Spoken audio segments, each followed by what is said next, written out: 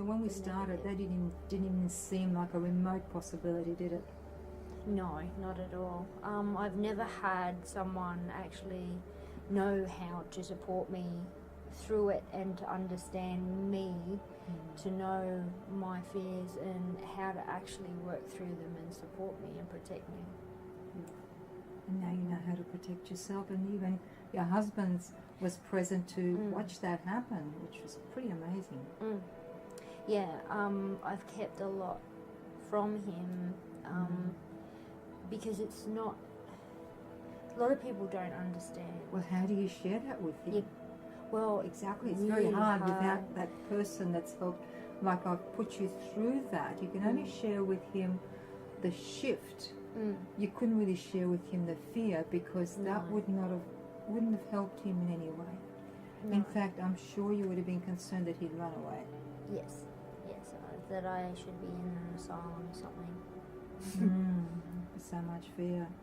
But it was much simpler than that when we really can focus with the right support. With the right support, you can get past it. I always wanted it. It was, but it was the fear of not really knowing whether I could really do that. I didn't know if you could help me. Yeah, exactly. And that's a fear in itself because I know. And it's a valid fear. Yeah.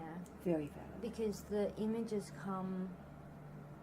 Sometimes they're slow, and then they're right in your face, and you're actually in. It's like as if you're actually in that scenario at that particular moment, and then others just flick through, but they're so frightening they just keep going. So it depends on the scenario, depending on how long they stay or how quick they go. Right. Now how have these feelings affected your life, like not just with Neil but outside of that? You've been very good hiding them. Very good at hiding. How has that affected you? Emotionally, you become a hermit. I find it very hard to socialise and talk freely and openly because what happens in my little world and what happens in their world, they'd probably have their own problems, whether it be anger, passion, fear. As you know, everyone has something generally, which if they're not spiritual, it's really hard to connect with them, I suppose. Like one of the guys, but because I don't have the trust or the, I don't feel safe enough to really express myself. You portray something that you're not in a lot of instances. You portray that you're fine, you're happy, everything's going really well, but on the inside, you're just melting. Yes. That is what I've needed. Yes. Because as you can see, I didn't know how to deal with the negative energy. I didn't know what to do with it, and it engulfed me, and it took over. And I didn't have control, and that's the biggest fear. Because standing here with that water initially, these windows were shaking and the mirrors were shaking, and they were coming into me. So it's not to do with being outside near a river or a stream that's open. It had to be something that was to do with inside something. I don't know. I've had a few visions, but I can't work it out. It might not have even been me. It might have been someone else's spirit that was inside of me that I was. You don't know. You feel quite different now, though, don't you? Yeah, I don't have any spirits in me. I don't have any negative spirits around me whatsoever now. But when you got here, they were just coming in left, like that door was open and they were just piling in the door. I don't know how else to explain it. They were probably coming in to protect the one inside you or around you. Yeah.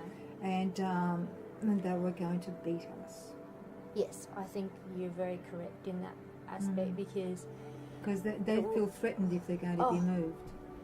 Yeah, like they're gone now. Yeah, they've gone now. Yeah. So and now you know what to do if for any Yes. reason they come around, because spirits are everywhere basically. Oh, they are. I can. Exactly. They're absolutely everywhere you go. There's a spirit, and it depends on.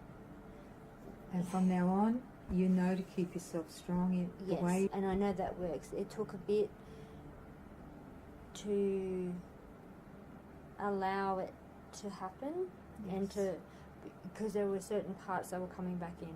So we get to a certain stage, and I felt okay. I'm good. I'm okay.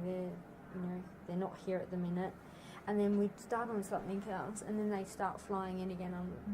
Then I was getting.